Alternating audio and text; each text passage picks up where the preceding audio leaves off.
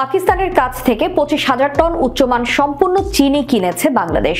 আগামী মাসে করাচি বন্দর থেকে এসব চিনি চট্টগ্রাম বন্দর হয়ে বাংলাদেশ পৌঁছানোর কথা রয়েছে। কয়েক দশক পর ইসলামাবাদ থেকে এত বিপুল পরিমাণে চিনি কিনল ঢাকা। এর আগে বেশিরভাগ সময় ভারতের কাছ থেকে চিনি কিনত বাংলাদেশ।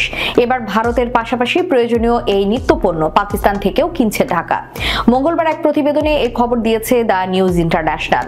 এতে বলা হয়েছে, পাকিস্তান বহু দশক পর এত বড় পরিমাণে ভ্রাতৃপ্রতিম দেশ বাংলাদেশের চিনি পাঠাচ্ছে। এরই মধ্যে সোমবার আন্তর্জাতিক বাজারে চিনির দাম প্রতি টন $530 পৌঁছেছে। চলতি বছর প্রধানমন্ত্রী শাহবাজ শরীফের অনুমোদনে কম বেশি 6 লাখ টন চিনি রপ্তানির পরিকল্পনা রয়েছে পাকিস্তানের। এর মধ্যে 50,000 টন চিনি কিনেছে থাইল্যান্ড।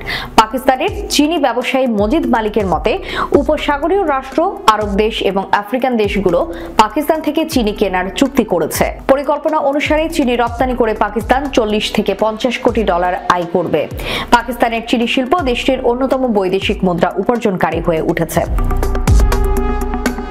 বাংলাদেশ ও পাকিস্তানের মধ্যে জটিল এবং কখনো কখনো উত্তেজনাপূর্ণ সম্পর্ক ছিল। রাজনৈতিক ও ঐতিহাসিক বৈরিতার কারণে দুই দেশের মধ্যে বাণিজ্য কয়েক দশক ধরে সীমিত থাকলেও পুরোপুরি বন্ধ ছিল না।